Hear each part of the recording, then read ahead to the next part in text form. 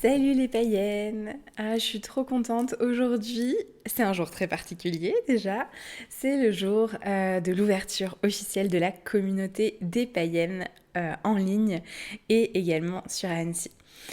Du coup, c'est tout particulier pour moi dans mon cœur. La communauté des païennes, ça fait un moment que j'y pense, que j'y réfléchis, que j'essaye de voir ce qui pourrait être chouette pour nous retrouver, pour créer du lien le plus possible, que ce soit directement chez les païennes à Annecy, au cours des ateliers, au cours de petits moments un peu privilégiés pour les membres uniquement, et également en ligne, du coup pour aussi vous proposer plein de ressources et plein d'éléments qui vous permettent d'avancer, vous, sur votre chemin dans la spiritualité et dans toutes ces petites choses qu'on adore, l'astro, le tarot, le chamanisme, etc. Donc je suis toute en joie et donc n'hésitez pas à vous inscrire, à aller regarder un petit peu toutes les ressources qu'il y a sur l'espace des membres, les petits blogs, tous les rendez-vous à venir aussi, l'agenda des païennes qui est là, qui est disponible aussi. J'ai trop hâte qu'on commence à échanger là-dessus. Et avant tout, ce petit moment audio entre nous, c'est le moment de parler du tarot. Et aujourd'hui, on va parler de la première arcane du tarot, qui est l'arcane du battleur. Je vous l'avais dit, le tarot, c'est vraiment un chemin initiatique. Et comme l'univers entier fonctionne, il fonctionne sous forme de cycle.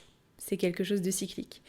C'est-à-dire que le 1 est un commencement, bien sûr, mais c'est aussi un renouvellement. Donc du coup, le battleur, c'est la première carte du tarot de Marseille.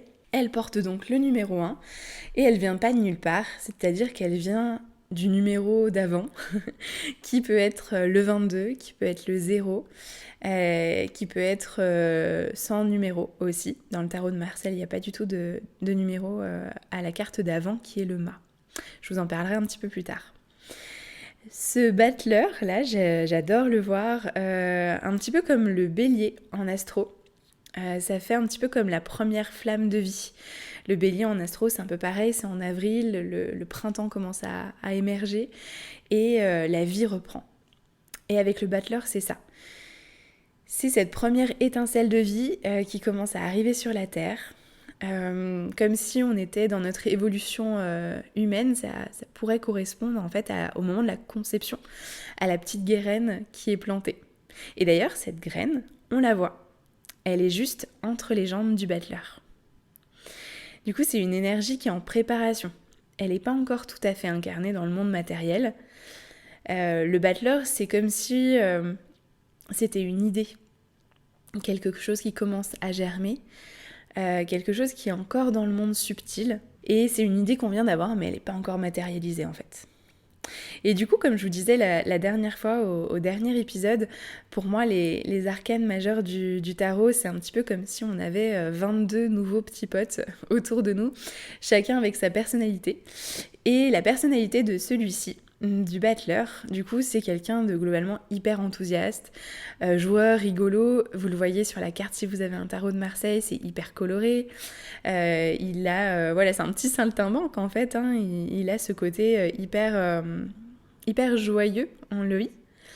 On voit qu'il regarde juste avant, comme s'il regardait un petit peu le passé, comme s'il n'était pas tout à fait là, et comme s'il regardait aussi la carte précédente. Donc on peut imaginer que c'est le mât ici.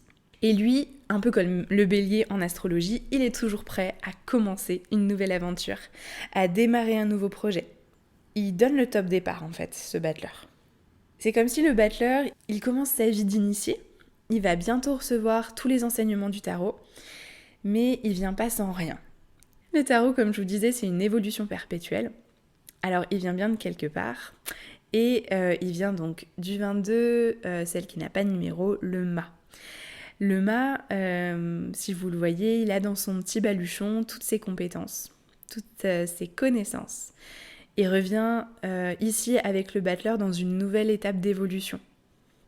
Il pose son baluchon sur la table et il est accompagné du coup de tous ses outils.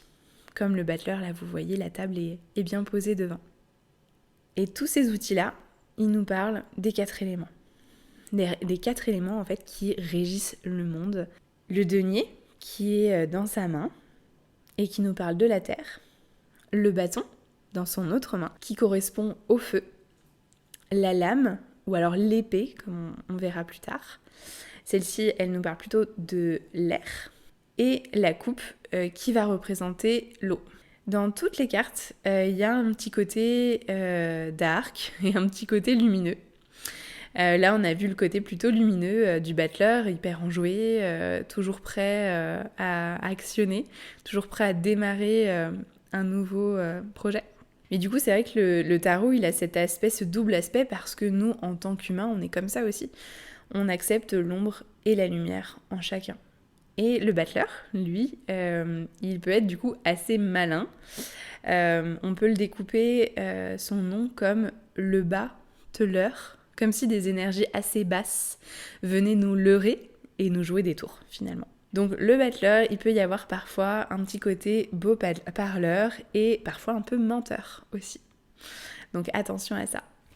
Donc du coup pour faire le petit point sur cette nouvelle carte. Avec le battleur, aujourd'hui, on est plutôt dans un mood enjoué, enthousiaste, prêt à créer notre avenir, avec toutes les petites idées qui peuvent germer, avec toutes nos compétences aussi, qu'on a récupérées. On ne vient pas sans rien. On y va aussi sans être trop naïf, des énergies qui pourraient nous tromper, mais avec toujours un grand sourire aux lèvres. Voilà aujourd'hui pour le battleur. Il y aurait tellement de choses à dire et à détailler sur cette carte, mais on va en rester là pour aujourd'hui. Je vous remercie en tout cas d'avoir écouté cet épisode et puis je vous retrouve le mois prochain pour la deuxième carte du tarot.